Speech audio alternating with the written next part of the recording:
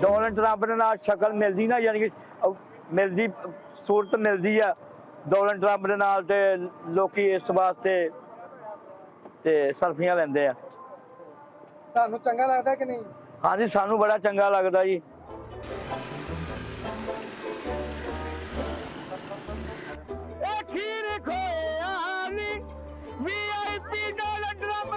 इसकी वाव बहुत ज़बरदस्त है।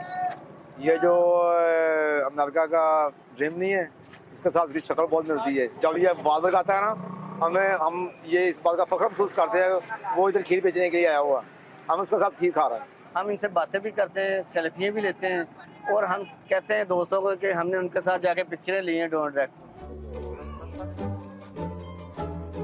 हाँ जी हाँ जी हाँ जी, सही तैयार की तो कोई फर्क हाँ नहीं कोई फर्क।